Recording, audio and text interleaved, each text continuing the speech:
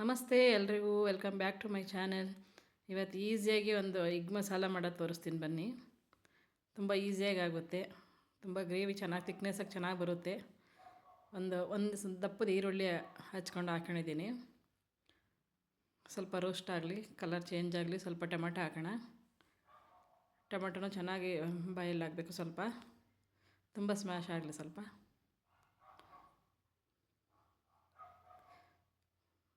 ಸ್ವಲ್ಪ ಫ್ರೈ ಆಗ್ತಾಯಿರಲಿ. ಟೊಮೆಟೊಗೆ ಸ್ವಲ್ಪ ಉಪ್ಪು ಹಾಕ್ಕೊಂಡು ಸ್ವಲ್ಪ ಚಕ್ಕೆ ಲವಂಗನ ಹಾಕೋತಾಯಿದ್ದೀನಿ.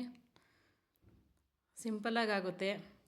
ಮತ್ತು ಇದು ನಾವು ಪನ್ನೀರು ಬೇಕಾದರೆ ಇದಕ್ಕೆ ಹಾಕೊಬೋದು. ಪನ್ನೀರ್ ಗ್ರೇವಿ ಥರನೇ ಬರುತ್ತೆ ಟೇಸ್ಟು. ಸ್ವಲ್ಪ ಬ್ಯಾಡಗಿ ಮೆಣಸಿನ್ಕಾಯಿ, ಸ್ವಲ್ಪ ಗೋಡಂಬಿ ನೆನೆಸಿಟ್ಕೊಂಡಿದ್ದೆ, ಗೋಡಂಬಿ ಹಾಕ್ತಾಯಿದ್ದೀನಿ. ಇದೆಲ್ಲ ಸ್ವಲ್ಪ ಮಿಕ್ಸಿ ಜಾರ್ಗೆ ಹಾಕ್ಕೊಂಡು ಸ್ವಲ್ಪ ತಣ್ಣಗಾದ್ಮೇಲೆ ಅದನ್ನು ಪೇಸ್ಟ್ ಮಾಡ್ಕೊಂಬರೋಣ. ಸ್ವಲ್ಪ ಆರಬೇಕು, ಮಿಕ್ಸಿಲೆಲ್ಲ ಸಿಡ್ದು ಬಿಡುತ್ತೆ.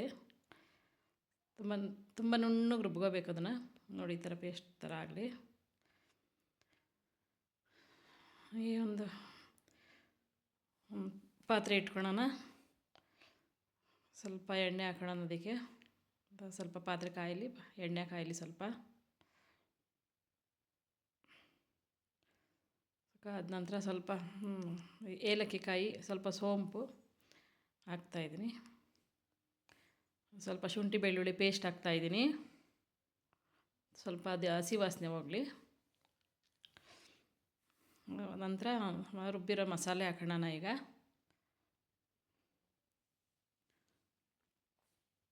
ನಿಮಗೆ ತಿಕ್ನೆಸ್ ಎಷ್ಟು ಬೇಕೋ ಅಷ್ಟು ನೋಡ್ಕೊಂಡು ನೀರು ಹಾಕೊಳ್ಳಿ ಮಸಾಲೆಗೆ. ನಮಗೆ ಸ್ವಲ್ಪನೇ ಸಾಕು, ಗ್ರೇವಿ ಒಂದು ಟೈಮ್ಗೆ ಆಗೋಷ್ಟು. ಅದಕ್ಕೆ ಸ್ವಲ್ಪ ಗಟ್ಟಿಗೆ ಮಾಡ್ಕೊಂಡಿದ್ದೀವಿ. ಸ್ವಲ್ಪ ಚೆನ್ನಾಗಿ ಕುದಾದ್ಮೇಲೆ ಸ್ವಲ್ಪ ಉಪ್ಪು ಹಾಕೊಳ್ತಾ ಇದ್ದೀನಿ. ಚೆನ್ನಾಗಿ ಕುದೀತಾ ಇದೆ. ಇದಕ್ಕೆ ಪನ್ನೀರ್ ಹಾಕೊಬೋದು ನಾವು. ಪನ್ನೀರ್ ಮಸಾಲನೇ ಇದು. ಇದಕ್ಕೆ ನಾನು ಮೊಟ್ಟೆಯಲ್ಲಿ ಮಾಡಿದ್ದೆ, ತುಂಬ ಟೇಸ್ಟಾಗಿತ್ತು. ಅದಕ್ಕೆ ಇವಾಗ ಒಂದು ಸತಿ ಮಾಡಿ ತೋರಿಸ್ತಾ ಇದ್ದೀನಿ. ಸ್ವಲ್ಪ ಕಸ್ತೂರಿ ಮೇಥಿ ಮತ್ತು ಗರಂ ಮಸಾಲನ ಹಾಕೋಣ.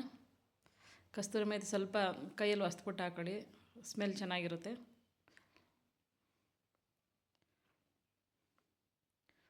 ಸ್ವಲ್ಪ ಶುಗರ್ ಹಾಕೋಣ, ಯಾಕೆಂದರೆ 2 ಹುಳಿ ಟೊಮೊಟೊ ಹಾಕೊಂಡಿದ್ದೀವಿ. ಅದು ಸ್ವಲ್ಪ ಜಾಸ್ತಿ ಹುಳಿ ಥರ ಬಂದರೆ ಅದು ಗ್ರೇವಿ ಚೆನ್ನಾಗಿರಲ್ಲ.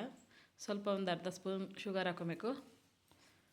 ಈಗ ಮೊಟ್ಟೆ ಬೇಯಿಸಿ ಇಟ್ಕೊಂಡಿದ್ದೆ ನಾನು. ಈ ಥರ ಸ್ಲೈಸ್ ಹೊಡೆದು ಇಟ್ಕೊಳ್ಳಿ.